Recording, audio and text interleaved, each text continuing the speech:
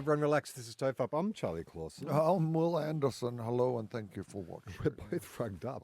We are both rugged up. I You don't were in even your know North Face jacket and your Yes. beanie. You look like you're about to mount I was going to say mount the summit. Mount.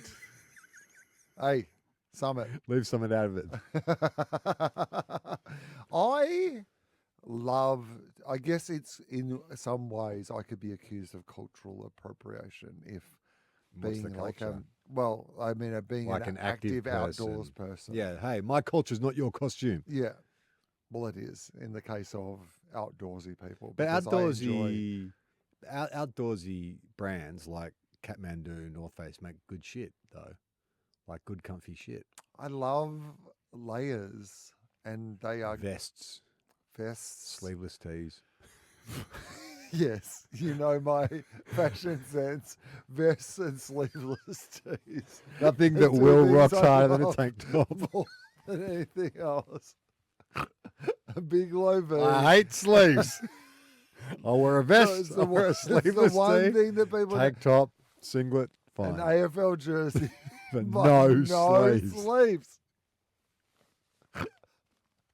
You won't catch me in a wizard outfit. You know what I bought actually Yeah, the other so- day, which had no sleeves, which I was like, this is Yeah. dumb, but I thought it looked cool. And I think you have one of these, is a sleeveless hoodie.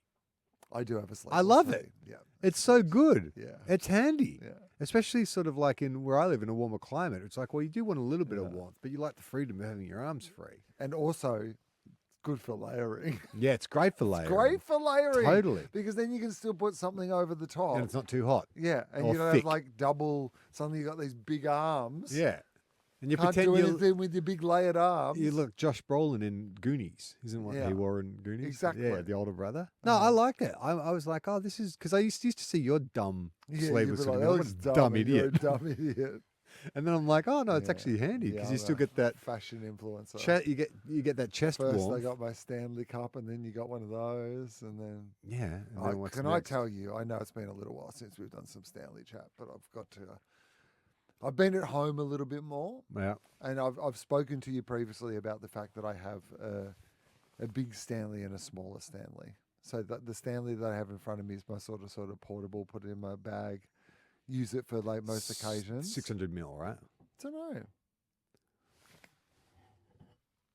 Yeah, that's Char- that's For those who are not watching the video of this, so mostly everyone, according to our YouTube numbers. Yeah. Charlie picked up the Stanley Cup and weighed it and said Yeah. 600 That's, mil. that's 600 mil. I'm pretty So sure. then I've got the one that's the size of your one. What's that, a litre or something? 850, I think. 850, is that right? Oh no, this is 887 mils. Okay.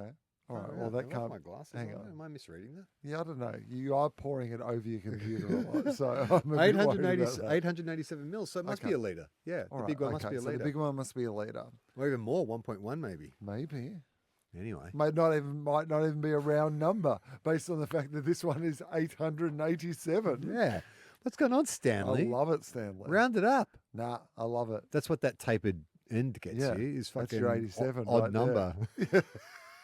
A prime number, right, Spence? That's the secret. You know, the 800's up the top, and then you got this little cheeky 87, so you can put it in your cup holder. Did I use prime number correctly then?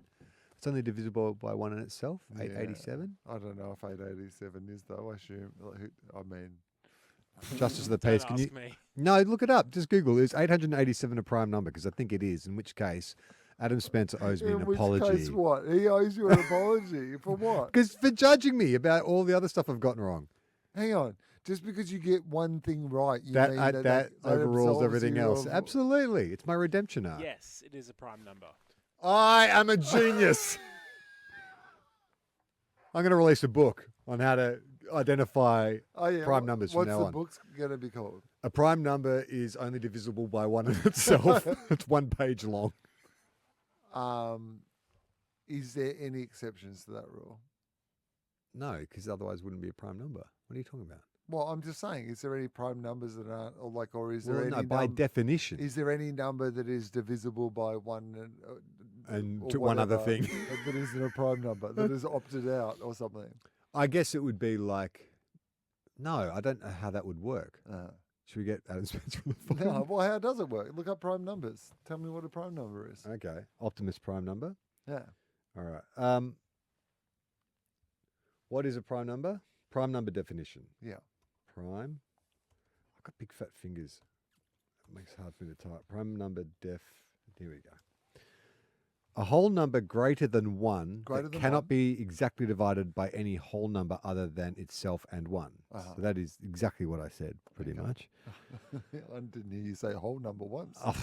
A prime number is a natural number greater than Oh. 1 that has only two distinct A natural positive number. divisors, 1 and itself. For example, 5 is a prime number because it can only be divided by 1 and 5. Numbers greater than 1 that are not prime numbers are called, begins with C. I can't say that on the radio. Did you ever play, when you're playing junior cricket, Yeah. you had your cricket balls, like the cricket leather balls, ones, Yep. and you'd had the other ones that you played with, that you trained with? Testicles. No, that you'd play cricket with. Do Yeah. you remember what those balls were called? The ones you... Cricket balls. No, didn't you have they weren't leather Tennis balls. and... No, they were made of, they were like plasticky, but they had a name. They were called... Rubber balls. No, did you not... Composite balls. Composite Weren't they called balls? composite balls? Were they? Have I misremembered that? I could have sworn. Oh, they might be. We used to composite cricket balls. Because they're made of some sort of composite of like, plastic and stuff and cork Uh-huh. or something. Composite cricket balls. Because we used to joke as kids in the nets that the composite balls were worse because they would get like little bits of, because some of our nets were asphalt and they get little stones in them. Yeah. So when a fast bowler came in, it'd be like a ball of spinning razor blades coming towards you. It would Oh. actually hurt more than the cricket ball. Okay. No, you can get composite cricket bats, Yeah. but not composite cricket. I must have mixed up Oh. my memories. Okay. Composite cricket bats, Uh-huh. which are bats made up of not just willow, Okay. other materials as well. Okay. So that is it. There's composite numbers and there's prime numbers. Okay. Oh, tape balls. Mhm. Yeah. I don't know what I'm talking about. What are we doing? What's going on? Just saying words, I think, at this point. I think you were just saying words. The table's moving. No wonder they put us in the back pretend room. studio. These Out aren't the even back. connected. The Harry Potter under the stairs studio. The basement. No. It's still a Yeah, real you podcast. still guys are doing I a swear. podcast. It's fine.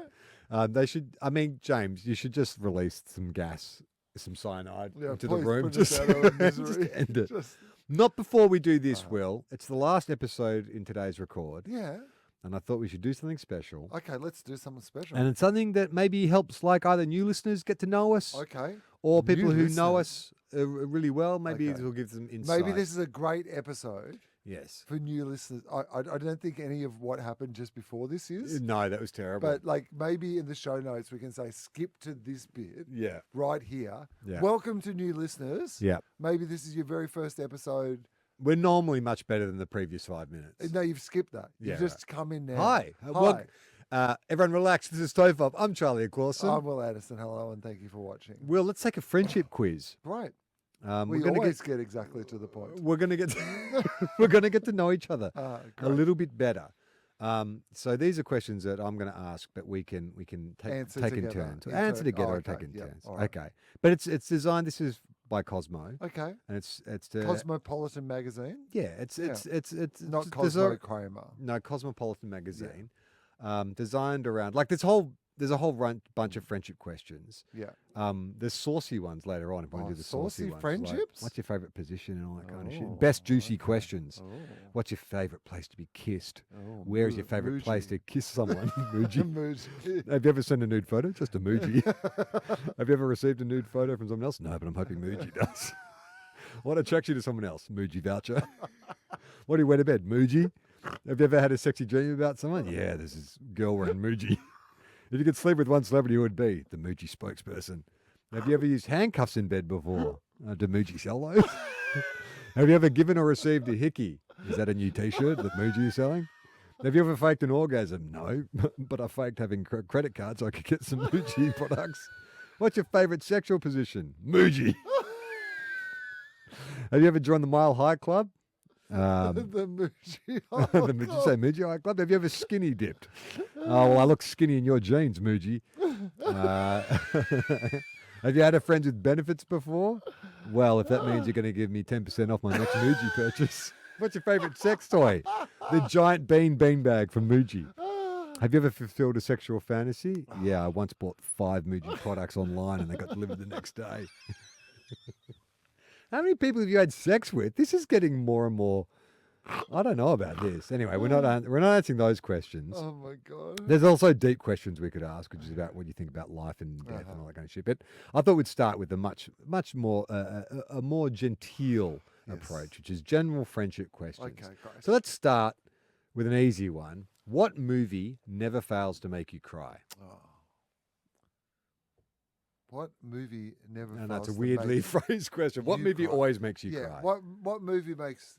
Well, I so- haven't seen it in a while, but Yeah. for a long time, and I've told this story, recounted this story many times. It was Gemma and I, our first date, we went and saw Big Fish, Tim Burton's Big Fish, which I admittedly do not Yes. think is a great film. No, but but there's- it was a time and place and a thing. Well, it's just it's all about dads and sons, and at the very end, it's like a dad, carrying his father down to the river to release him into the afterlife, and it made me bawl.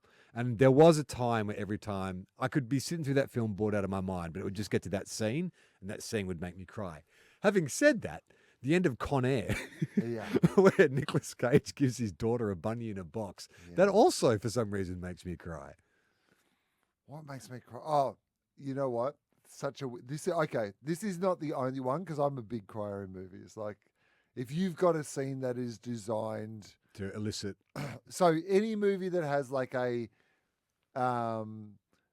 like a Mighty Ducks style or like a Little Giants or whatever, like some sort of sporting thing, The little engine and that maybe could. there's like a character whose dad never came to see them play sport, and at the end, their like dad comes and sees them like play sport, and there's like that, those things that are just manipulated to make you cry, like.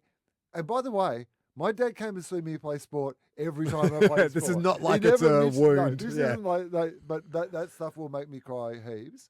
But the big one that literally gets me every time is not in a movie where, and I think it's part of the genius of this movie. I'll see if I can give you All right. enough clues that you can. So it's not a serious movie; it's a comedy movie. I'm going to say it's a majority comedy movie, comedy and mixed genre movie. Yeah. Okay. A comedy mixed genre movie. Yeah. All right. So dramedy, maybe? Uh, No, when you say mixed genre- I mean like a genre, like it's a kind of a Superhero. If I give it, it like Deadpool or something not like that? not a superhero. Okay, right. But I guess like that is the sort of thing that I Okay, was like, yeah. Okay, musical. No. Mixed genre. It's so confusing. Well, just no, as in like maybe take mixed out, just Okay. like A genre. like as in like it's a comedy slash Yeah. Okay. something. Oh, okay. Like, is it like Shaun of the Dead or something? Shaun of the Dead. Makes you cry when he has to kill his. when his mum. Oh, when you yeah, find that's fair enough. That's a very tender moment. For weird, like it gets me every single Yeah, fucking right. time. That's interesting. Yeah. I went and saw the Raka Raka boys have the guys who did Talk to Me, that horror film that did gangbusters last year. Yeah. They've got a new film called Bring Her Back, which is a masterpiece. It's a brilliant film. But it's one of those films where... Masterpiece. Oh, it's amazing. It's such a Wow. good film. Okay. But it's one of those films, you ever see a great film that is so harrowing and upsetting that you're like, that was great, but I never want to see it again? It's one of those films. And I was bawling at the end of that film. And Talk to Me is a really fun horror film in the sense like it's a metaphor for like drugs, like these kids tap into the supernatural, but the whole thing's really about like the highs and lows of drugs. Like, there's the going up and then the coming down. Whereas this film is all about grief, and it is just so relentlessly, it's a real horror film in the sense that like grief is horrendous and grief is horrible. And you spend the performances are amazing. It looks beautiful. It's such a great film, but because I remember I saw it at, what's that cinema in Carlton, the little one, the Nova. And it was just me and one other woman, and the credits start rolling, and we are both like bawling. We look at each other and we're like, because it was just so unexpected. I thought I was just seeing like a horror film, but I didn't expect it to have all this pathos and stuff. Can I just side note? It's not about crying, but have you seen Eddington? Did you see Eddington? Is that the Joaquin Phoenix? Yeah. No, I've seen the trailer. It looks good. Is it good? I like. It's not going to be for everybody. Yeah. But I really liked it. Yeah. He's It a was- good director. What's his face? Yeah. He's the guy who did the Midsummer and yeah. Hereditary. Yeah, yeah. And the other one Ari that I haven't Aster. seen. Ari Aster. Is it Ari Aster? Yeah, I think that sounds right. Yeah, yeah. And anyway, it's for those who don't know, it's kind of set in the early sort of COVID's just small like border town. It's a western set in a border town. COVID's just starting. It's about kind of like social media and like. Anyway, I think it's really funny, and I really liked it. Okay. How would your best friends describe you? That's a tough one. It's hard to know. How would You go first. Okay. Well, I think my best friends would describe me as being. I'll be the judge of that. Handsome, witty, with a rapist wit. I mean, rapier wit. Oh my God. That's a Dumb and Dumber joke. Everyone settle down. All right. I don't actually know how my friends would describe me. I think I don't know actually. Do you think about how your friends would describe you much? It's an interesting question to be asked. I don't think I do think about it. I don't think about it that much. No, I don't really know. I actually often wonder because it would be interesting to have that level of self-awareness or to be able to see yourself through other people's eyes. I think how much do you think broadly it would change you? people would describe me as being like happy, like if you want the most broad. Yeah. But people who know you know that you're not just happy. That would be that's to, right. So like, your not best see friends, all of you yeah, to just describe you as happy. And I think it's also hard. You've got a sense of like I'll go along with things. Like I'll be like Charlie, you'll be up for it. Easy going. Sort of thing. Like But how helpful if you got offered? Okay, so I've kind of just taken this question. Yeah. I'm asking a new question, Go. really. But if you got offered the opportunity to see yourself through other people's eyes, and then you get to return to being yourself. So you get like a week where you could see yourself truly through Gemma's eyes, or truly through Iona's eyes, or through my eyes, or through who. But you can choose. You either get to do all of it, like you get to see yourself through everyone's eyes, everyone you encounter, basically, you get the insight, or none of it.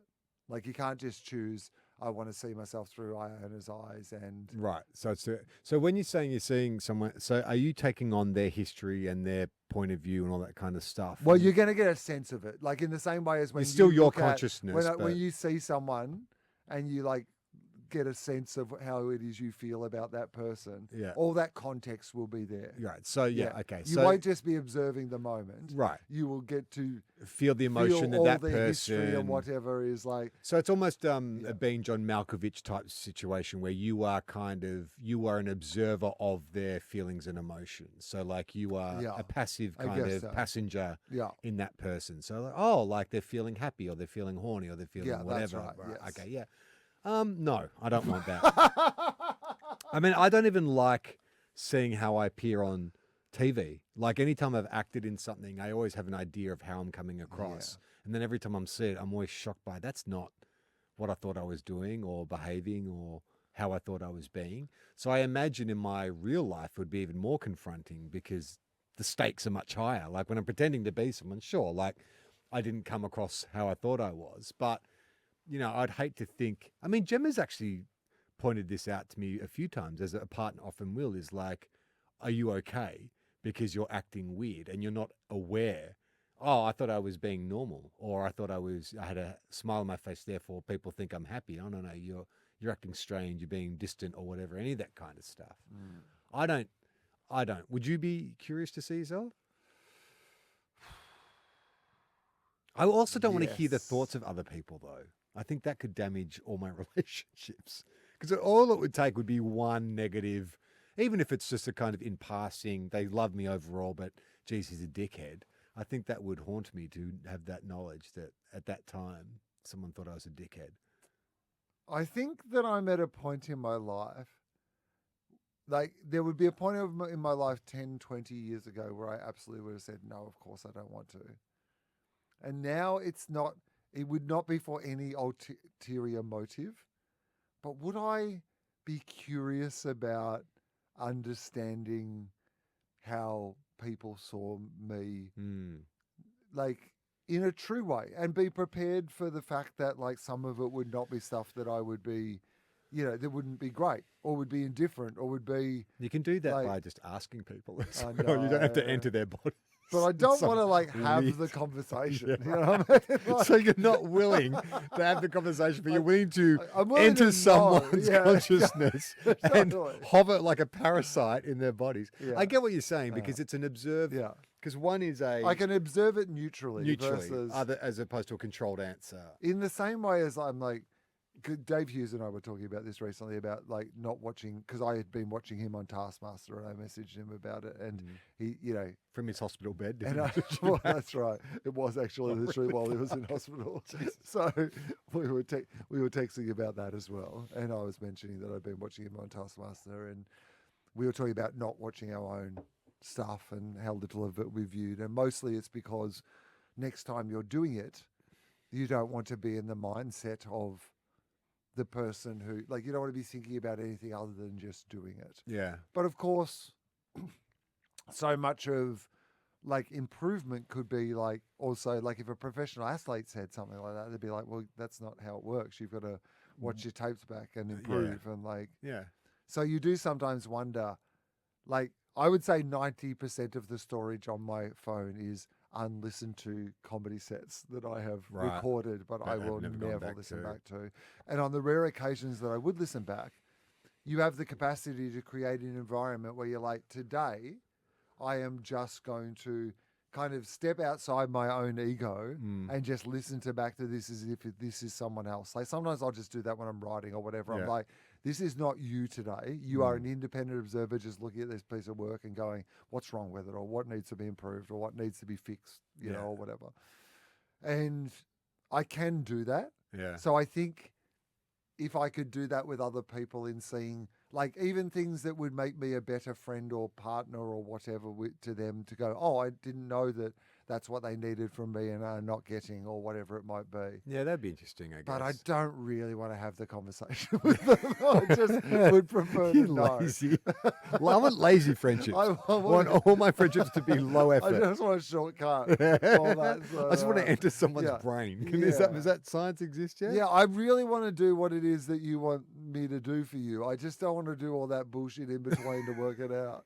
Well, it's funny, like, because I don't like listening back to this show for the same reason, which is like I don't want to be self-conscious You about mean it. the same reason as the majority of the human population? But I have to cut the episode. Like I normally will cut like a clip to put on YouTube, and also like I package up the whole episodes to put on Patreon. Yeah.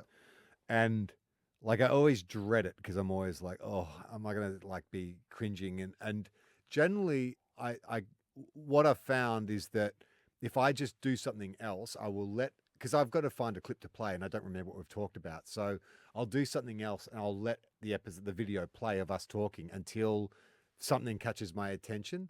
And then if I'm listening to it and I'm not focused on me, but I'm more focused on what we're talking about, I'm like, okay, this seems like a good clip that I can take out, because it's that there is that level of separation from just judging my own. Are you being funny? Are you being annoying? Are you talking too much? You're talking too little. It just becomes about, oh, this is a topic that I think is interesting or funny.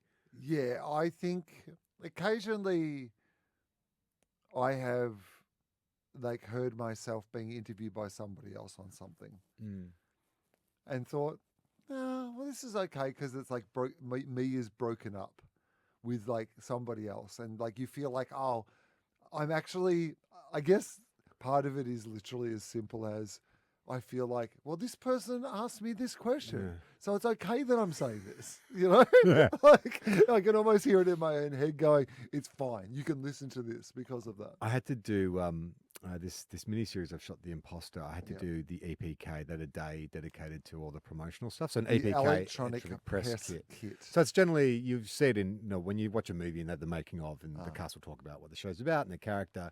Oh, so what do they do for what do you do? Yeah, Like, so that was it. Like, Yeah. so we just sat down on, like, each cast member sat down on the set and talked a little bit about the show. And the thing was, they'd sort of sent me the questions. Oh, we're going to ask about this. And I'd thought about some answers. But then when I sat down, my brain fucking froze. Like, so Charlie, tell us what the show's about. And I was like, and I just couldn't find. And so tell us a bit about your character. And I was like, yeah. And I was just fumbling and stumbling the whole way through it to the point where I got so embarrassed. Like about 5 or 6 hours later, I texted the publicist to say, hey, could I redo my answers? And he was like, no, it's fine. Like, we're going to clip it up. And, and I said, I think I was just not making any sense. I'm really self-conscious about the fact that I think it just wasn't my best. And he was like, no, it's fine. It's fine. And I'll be very interested to see if they use anything because I feel like I was terrible. I feel like I didn't know what I was talking about. And But I couldn't also- answer any of the questions that I prepared for. But also, who cares? yeah, who cares? Like, it'll be fine. yeah, you're right. And Every- he reassured me it'll be fine. They won't. They've got no interest in hanging you out to dry. Look at this fucking idiot. Well, that's the Christmas party at Fremantle. Look at this fucking idiot. All right. Question 4. Who in your family are you closest to? I would say that I am closest to my. That's interesting. It shifts, doesn't it? It does shift a little. I mean, am I in contact with the most? My brother or my mother? But I would say, I feel very close to my sister. Yeah.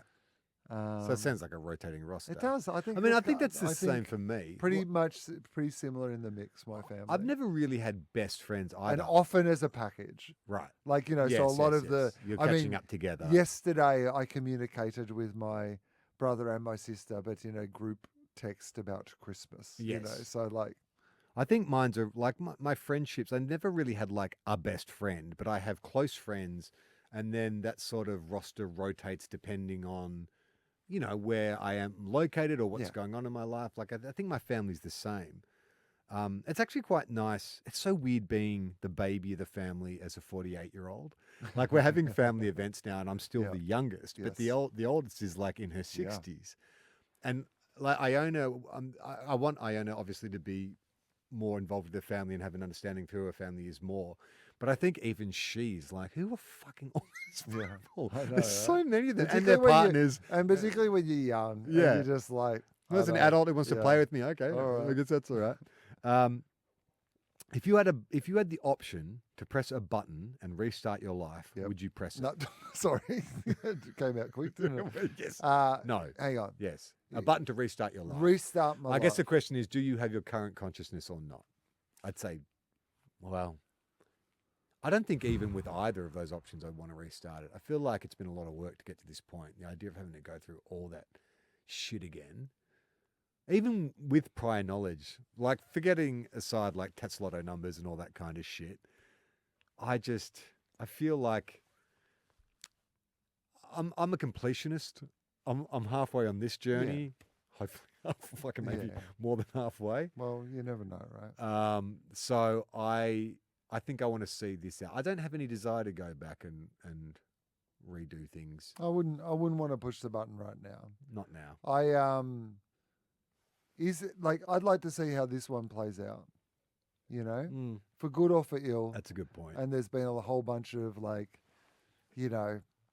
both of those things over the lifetime, but you kind of feel like, oh, well, that's what your life is, right? Like it is. And so, but have I kind of been intrigued enough by life that if at some point, like if you do get to the end and they're like, you get an option to start again and do it all again, then yeah, I reckon I would be like, okay, well, that was like, with prior knowledge, or I don't know.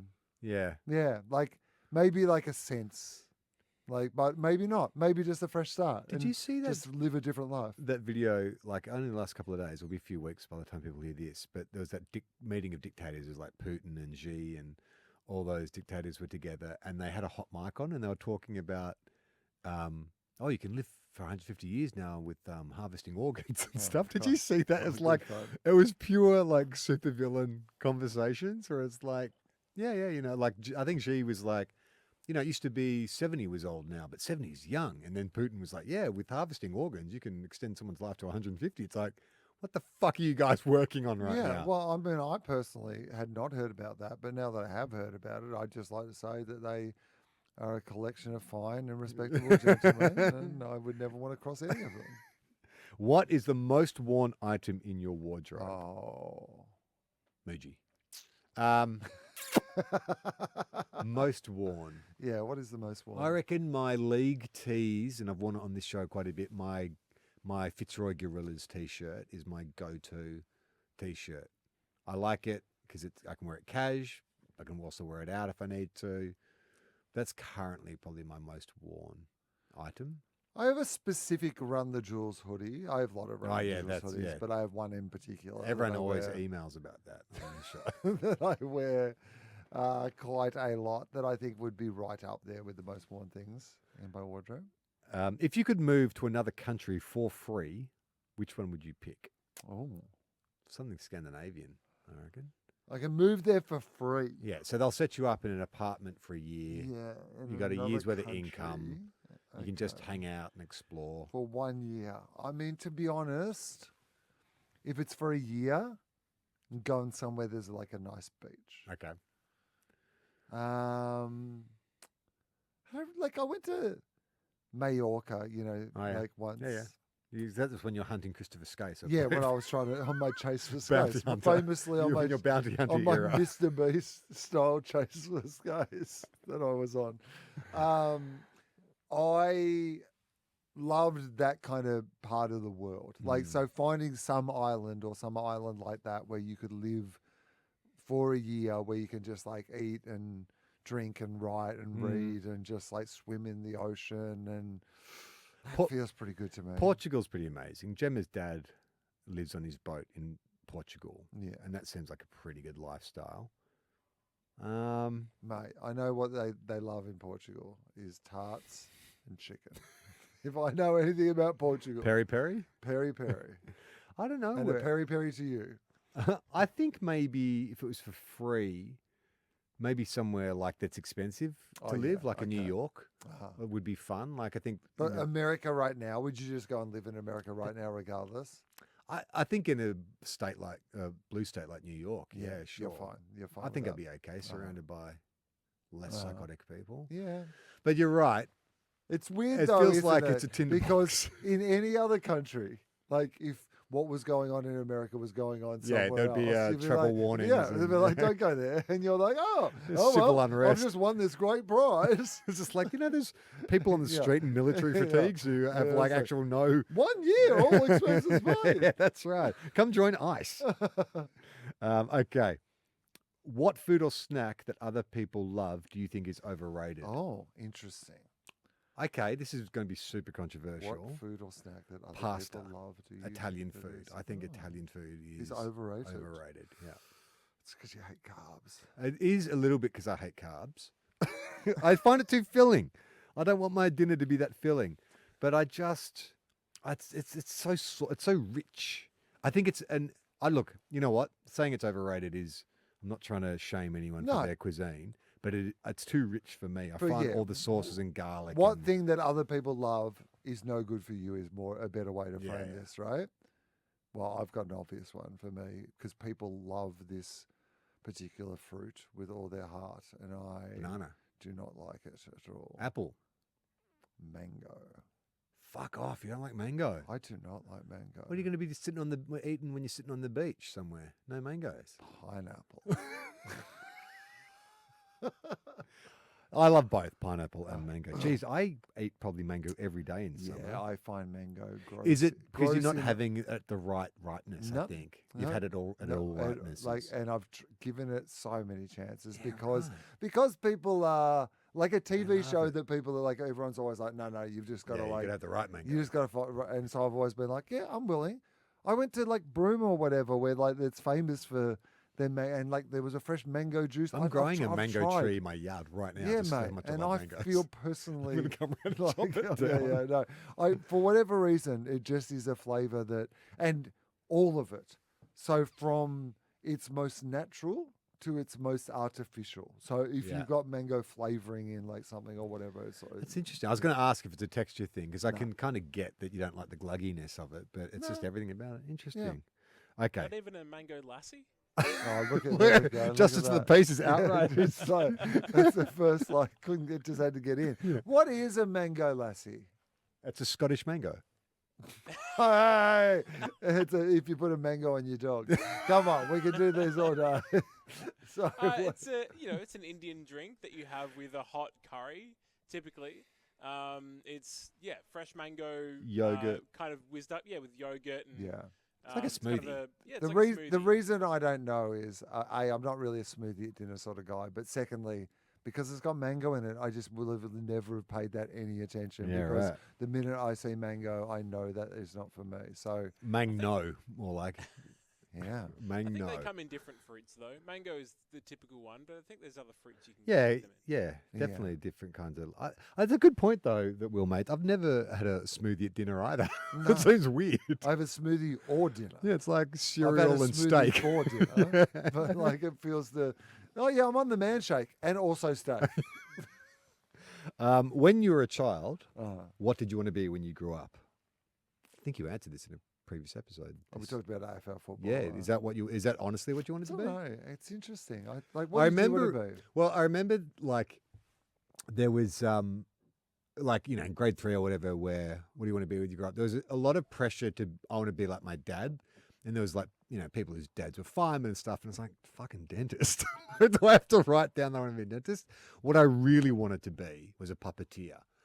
I loved The Muppet Show. I loved Sesame Street. I had probably close to 24 hand puppets, sock puppets. And my dad got an old refrigerator box and cut a window out. So I had a little puppet theater and I used to put on little shows. But I got books in the library on puppeteering, had to build my own puppets.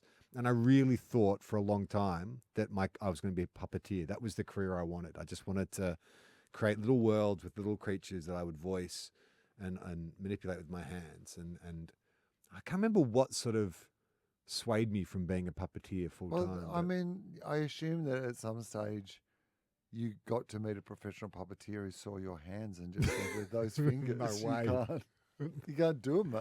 I I think mean, these days they'd be fine. I'm sure they've adapted, but I do remember you wouldn't have had this in Gippsland growing up, but there was a kids show called The Early Bird Show. Marty Monster. I'm familiar with it, never seen it, Yeah. but I understand what you're So they talking had a about. collection of puppets as characters on the show, hosted by Daryl Cotton and whatever the other girl's name was, Anne Marie or something.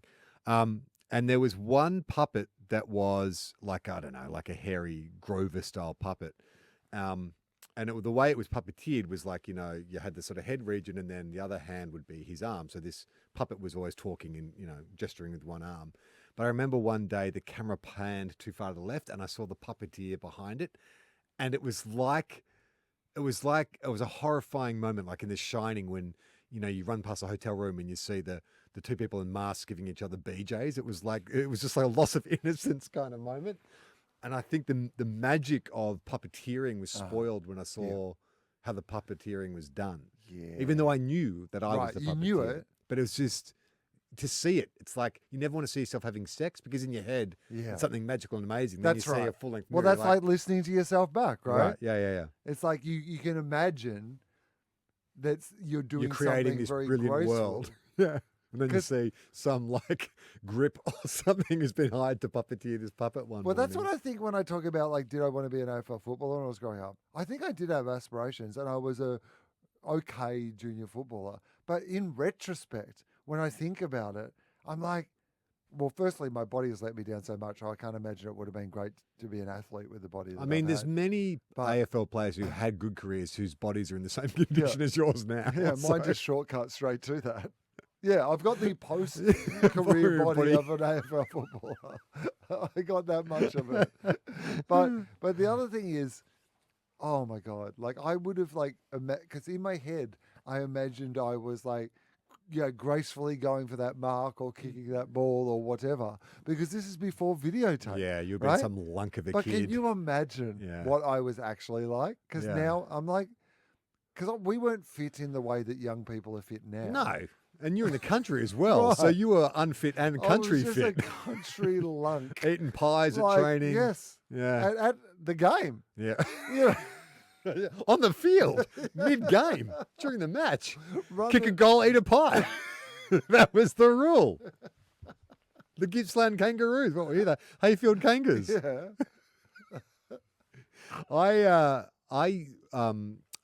On this show, I had to do a lot of like running. My character was like a Yeah, jogger. right. And Jogging or running? like running, Tom like Cruise Tom style? Cruise-esque. Yeah. That was actually one of the surprising things. I didn't realize how physically taxing this job was going to be. Yeah. There was a lot of kind of like stunt work and physical work. And they wanted this scene where we're down at St Kilda Marina. They wanted me sprinting along the marina, like full pelt with a drone.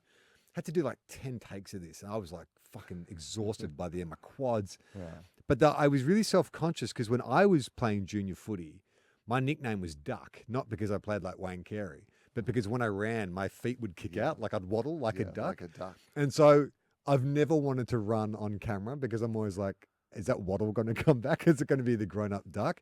And so they said, oh, we're going to have like the drone and we're going to have like a tracking vehicle. And in my head, I was like, I don't want to do this. Like, I don't want to, because I thought when I read the script, I was jogging, but then they're like, no, we want full sprint. But apparently, I haven't seen it yet. I look fine. But it looks good. I have It looks overcome. fine. You're ducking. But I was Yeah. concentrating so hard on the precise Mate, movements of my legs. I think so. I played in a celebrity football match back in the days when my hips still worked. But I remember Scott Dooley saying at the time that I had like a really weird way of running. Like, he Yeah, was right. he like noticed it.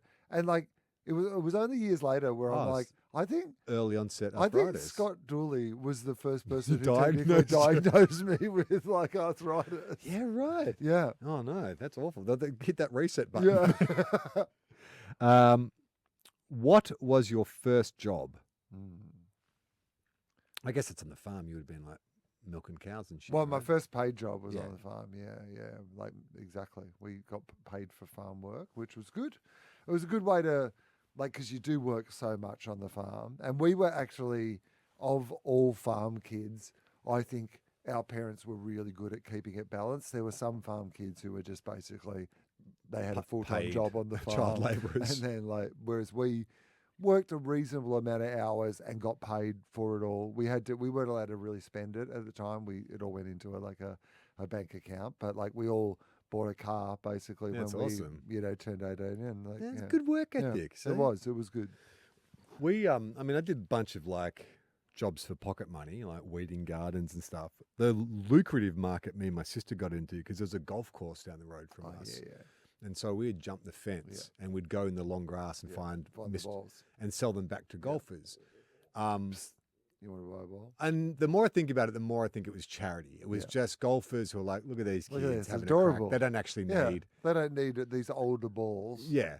But then we got and we'd like How charge much? like 50 cents for a 50 dirty cents a one, ball. $1 for like Yeah. a clean looking one. That's But also then we the started policy get- at McDonald's on cones. But then we started getting greedy. Uh-huh. And we started like picking balls off fairways. Oh yeah, okay, stealing Like balls. you'd have someone yelling you're at you doing as a you're running heist out, getting a brand new ball At the and golf sprinting shop, into the you know, bush smashing the window. like a rat. But then my first actual paid job was I was a kitchen hand at a pancake restaurant when I was 14 or 15. And I was terrible at it. I realized early on that, geez, fucking manual labor is hard work. Like, because they'd have to stack the dishwashing trays, and there's a big industrial dishwasher, and like steam would blow out and scold you, and you get all like damp and stuff. And then I used to get in trouble because I'd always be chatting to the other kitchen staff and making jokes and stuff. And so their solution was like, well, if you love fucking talking so much, you can go out on the floor. So they had this very reversed chauvinist policy, reverse sexist policy, where only women were allowed to work the floor to be wait staff because they felt like women were more suited to customer service. I was the first guy. I broke the glass ceiling, Yeah. and so I was allowed to be a waiter, and I was terrible at A lot of people don't talk about that, right? What? About that bloody glass ceiling. Oh, But for for some men. people, it's a glass floor. Yeah. And you could just like bounce on that glass floor. Till it and you could cracks. smash right through it. fall right down in the basement. But yeah, I wasn't very good at being a waiter. Like I'd often get orders wrong or forget stuff, Yeah. but I was very good at chatting to people Yeah, and just making them good feel vibes. good. Feel good. So I used to get good tips. All right, what is your worst habit? Biting my fingernails, I think. Yeah, fuck. I I go in. cured myself of that, Yeah, and then I I've gone did back to too. it. I'm currently in a rebuild phase, so I'm like at the moment, like they're growing back, and I don't know what it is, but I've gone through a period where my thumb, like I was doing okay with my fingers, but my thumbs, no good at all. What I do to try and I can't wean myself off it is it's long. I'll start bending the nail back and forth until I get a nice groove, and then I peel it off. Do you do that? I mean, well, no. I Ah. try not to do any picking, Right. but I'm not saying I'm not doing any. I'm saying I'm trying not to do any. What is your biggest regret from school? Oh.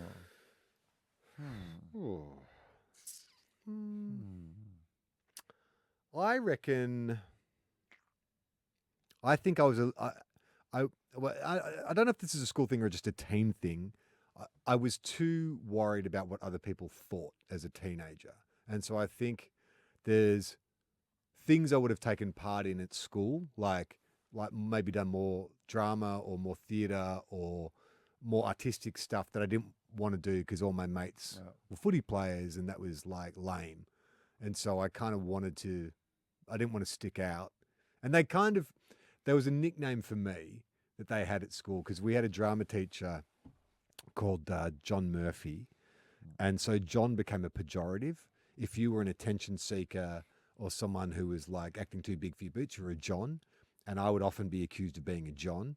And so I dampened down my shine. I hid my light under a bushel because I didn't want to stand out. And so I guess that's my regret, is that I didn't have more backbone or independence. Fun answer. They tried to teach me to speak French for 6 years at high school, and I so wish that I could speak French. It feels like such a wasted opportunity that I resisted that so much when I would love to be able to do it. Not so fun answer, but I'm going to say it because it's worth saying, I think, which is I remember when I was a young, dumb boy, there was a rumor that went around about me and a girl at a party that I did not start, but I did not correct either, because it was sounded made me feel a bit cool. That I absolutely, in retrospect, if had my time again, would have been no, that's not stop spreading that rumor. That's not true. And I feel bad about that. That's being a teenager. Of course it is. I mean, I don't feel overly bad, but I feel bad enough that I thought that's a good answer to this question. What would be your dream job, obviously, apart from your current occupation, if you could do anything? That's interesting. I'd love puppeteer. Yeah, that's right. I mean, it'd be, I think, professional surfer. Yeah, interesting. If I could matrix a skill set, I'd love to be a surfer. I just see their lives, and it's just travel to the most beautiful parts of the world, work a few hours a day, surrounded by good-looking people. We seem to party a lot. Don't have to wear clothes ever. I think I could dig that lifestyle. I mean, I think I'd like to own a creative place of some kind, whether it be a theatre or a comedy club or a bookstore. Just something where I'd be this is my creative place, and I'm in charge of this creative place. I think in fact, that's still something in my life that I often think about. I wonder if I would just a smaller creative place that is just because you kind of go, how do you continue to get to do good creative stuff yourself as an adult? Sometimes it's if the broader mainstream desire for what it is that you have to provide isn't there, sometimes you're oh, well, maybe I just have to make my own space for my creativity. I like the idea of a bookstore. Yeah. In fact, when I was staying in Melbourne, there was a readings around the corner, and every time I went to it, it was packed. Yeah. It was a real... I mean, a good bookstore, there's a few really good ones in Melbourne. Yeah. And a good bookstore is I just often will just walk into... I've got one near where I live that I can't walk by. I did I took Denzel Washington's advice from The Hurricane, which is that sometimes you don't choose the book chooses you, where I was just having a browse around and I just saw a cover that I liked, so I just grabbed it. It's like a short novel. It's called When the Museum is Closed by this Japanese writer. And it baffled me. I read it and I'm like, what is going on? Like it's like it's a surrealist kind of coming of age sort of queer love story. Yeah. But because I didn't read the back, I literally was like, I'm just going to pick this book up and just start reading and just see what it is. And I wish I'd read a bit more because I'm like, what's going on? I don't understand. It was about this this girl, Japanese girl who's fluent in Latin. She gets hired by a museum to come converse with the statue of Venus because all the statues in this museum can talk. Yeah. And then she Like falls. not at the museum. Not like a little bit like Yeah. that, but then she falls in love with Venus, and they have this affair. But Yeah. it's like just not filled. at the museum. It's filled with all this surrealist imagery. But I honestly was just reading, going, I don't understand what is happening. But I kind of like that. I like that I sort of because I'm going to stick it out. I'm a completionist. I'll get to the end, and then I'll read all the kind of reviews and essays on this book and find out what it's about. But yeah, it was baffling. I think I've mentioned this a few times. I've been reading this guy, Anthony Horowitz, who it turns out is a very, he's written so many books and is quite a well-respected mystery writer. But I was recommended by Benjamin Stevenson, and I've done that thing of, I think in the last 2 months, I've read 8 of his books, and I'm now just oh my God, it's quite amazing. It's so great when you find something that you weren't aware of at all that has, in the time that you've not been aware of it, compiled this huge catalogue of awesome stuff that has been made. And then you're oh, I can go read this. all of this. Yeah. This is all still available. I've only kind of dipped my toe in a quarter of what it is that he's produced. I still have so much more stuff, and it's it's so cool. All right, a couple more, and then we'll do crack that pack, and then we're done. What dish can you make from scratch without a recipe? Is it the best one, or what is it? What's one dish? Okay, is there lots you can do? I mean, I could Okay. make a Well, what's bunch your of favourite? things from What's your without a go-to recipe. if I you had get to make invited to something without a something, or recipe, like a barbecue or a dinner party or whatever, and they say, "Hey, bring something." Oh, that's a good question. I think for something like that, maybe you make something that's in like a bake. You know what I mean? Oh, yeah. It's in a because that way you can have it cold, like a lasagna You can bring it or and put it something. on a table. You can put it on a table. People Yeah. can heat it up. They can I like some sort of cheesy bake sort of style thing would be for that sort of occasion. My go-to is a Brussels sprout and quinoa salad, fried yeah, Brussels that sounds sprouts, quinoa with rocket, pomegranate seeds, lemon, and you can add protein if you want, like halloumi or Tofu. or meat or whatever. But I can do that from scratch. That's from Chris Hemsworth's Oh, is book. it? Yeah, okay. It's really good. Famed author Chris Hemsworth. No, well, it's actually his personal trainer. Cooking with Chris. All right, last one. Where do you feel most at home? At home.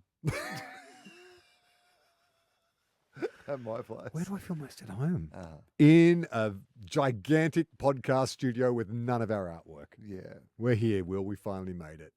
I'm not one of those people who's when I'm Back in on Melbourne or stage, whatever. I'm Oh, yeah. at home or I've whatever. arrived.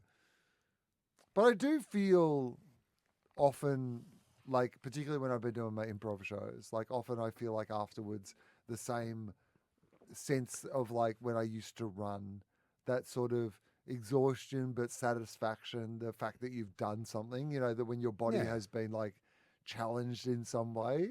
Yeah. And it's a really pleasant feeling. It's not easy, but you feel and it feels very, in the moment, maybe more than at home, but that sense of, that's what you're thinking about when you're thinking about when I'm at home is when am I in the moment or comfortable to be myself. Yeah. Right? I feel like that whenever I'm involved in a creative project with other people where ideas are firing around and everyone's sort of pulling towards the same goal, I think that, I mean, it's a similar answer to yours. It's not like home as in, this is where I'm meant to be, but that's where I feel most comfortable where and inspired and productive and happy is where things make sense. Where things make sense and it's because life can be so fucking hard and tough and directionless. When you actually are excited about something, where there's consensus around something, where everyone is sort of working towards creating something, as opposed to complaining about work or struggling to find work. It's like, oh no, this thing, we could make this happen. That's when I feel my happiest. Yes, energy, possibility. Yeah, let's do it. Yeah. And now let's crack Crack that pack. Crack that pack. Okay, so Yo-yo, right? do you want to do the yo-yo, well, I or do think you we want to do a should do the mystery yo-yo, pack? All right? right, let's do the yo-yo. Yeah. I mean, I think we've done a we yo-yo promised it a few weeks ago. the once yo-yo. before. But Yeah. this is People have the been fir- hanging on. Yeah, for this yo-yo. When's the yo-yo? Now, how do we do this? Do we need a knife, or I don't know. Just crack it. I'm just gonna- Well, I don't know how hard that. Oh, no, Oh. it breaks apart quite easily. I don't know if that's a. No, I am the strongest man in the world. Now, traditionally, a yo-yo I thought would have like stiffer filling, but that seems quite. The biscuit itself crumbled apart in my hand very quickly. Yeah. I'm going to take this a little bit first. So Will's going to take a bite first. He's doing both layers. I've just broken on one side of the yo-yo that has icing on it, because I'm going to get a real taste of this. I don't mind a yo-yo, but I find it's got to be quite starchy, like a good shortbread. If it's too sweet, no good. But I'm going to take a bite now.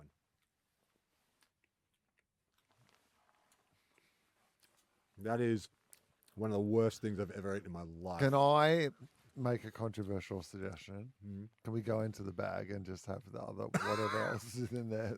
Because that That is does not rate a mention.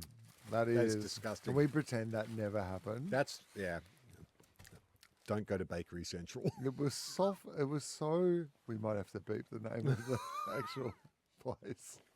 Can we All right. please eat something else? This That is was so a horrible. Belgian. This will be great. Belgian chocolate. Oh, Charlie, I'm still tasting. Like, Oh, it's so horrible. horrible. Let's just talk about how bad that was while I open Yeah. this back. Okay. That was like eating a handful of fucking dirt. Firstly, the fact that it fell apart in my hand, so like I barely had to touch it. It wasn't a great sign. But you're like, oh well, maybe it's going to be delicate and soft. But No. instead, it was like Horrible and flavorless. claggy and like It's like eating shaving cream. it didn't on a have fucking any dirty flavor. sock. But the flavor it did have was horrible. It still is in my teeth and in my mouth. It will not go away. All right. All right, what do we got here? Ugh. Okay, so Okay. while you're eating that, Yeah, I'm what- going to read the All right, instructions. thank you. This is Instructions. Loacker, Loacker. You can get this in your local supermarkets. The biscuit is called Patisserie Crème Noisette, a crispy wafer biscuit with hazelnut cream filling coated with milk chocolate. With cocoa from a sustainability program, 100% Italian hazelnuts. Hey, it's my nuts. And milk chocolate with 100% alpine milk. So these come from cows that live in hilltops, I imagine. On the back, it says, Che bonita. No, Che bonta means pure goodness since 1925. At Loca, goodness is a choice. Okay. Will, what do you think? Well, firstly, what I'm going to say is this. Any biscuit after what we had, That aberration. yeah. I mean, I think, but I think these are pretty good. They're crispy. They're a bit nut heavy for me. Like, I don't like quite as many nuts in a chocolate, but Do you want I as well? think for most people, they would enjoy the amount of nuts Yeah. there And they're is. quite small, which is good. Yeah, So and they are. They feel light and wafery, but very chocolatey. Can't really go wrong with hazelnut and chocolate, can you? It does taste, it's got that Belgian sort of milker kind of vibe to it. I dig it. I think that's really nice.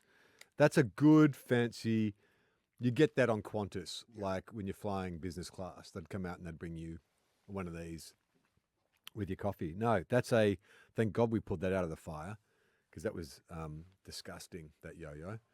And we're eating it's two like of a these. Bachi or whatever, like a what do you call those, Ferrero Rocher? Yeah, or whatever. Ferrero Rocher. That's exactly what it Yeah. tastes like. It's like a biscuit, Ferrero Rocher and a biscuit. No, I guarantee there is a Ferrero Rocher a Ferrero Rocher. Rocher. biscuit, and it's No. fucking disgusting. It'll be like all those other knockoff ones. Yeah, but that It's good. is a biscuit version of that. Yeah. I'm gonna. You know what? B. I reckon it's a B plus. Okay. Yeah. I mean, I might be grading on a curve based on the fact that the thing that we had immediately before it was one of the most hideous things I've ever tasted in my entire fucking life. So the fact that this has cleansed that taste from my mouth has probably given it an extra Half a star, but I'm going to say B plus. Very solid choice, I think. Yeah, I'm going to say B. Yeah. Didn't rock my world, but Uh, I wouldn't be upset if I got that. Okay. All right. Well, Will, where can people find you? Comedy.com.au is the place where you can find the details. There's not much left for the year, but we're going to put some new shows on sale very soon, so keep checking that out. And as always, the best way to support this show is still Patreon, patreon.com/everyonerelax. We put up some episodes with Justin Hamilton, early episodes up there. We got full videos of every show we do. And that's about it. That's TOFOP. I'm Charlie Clausen. I'm Will Anderson.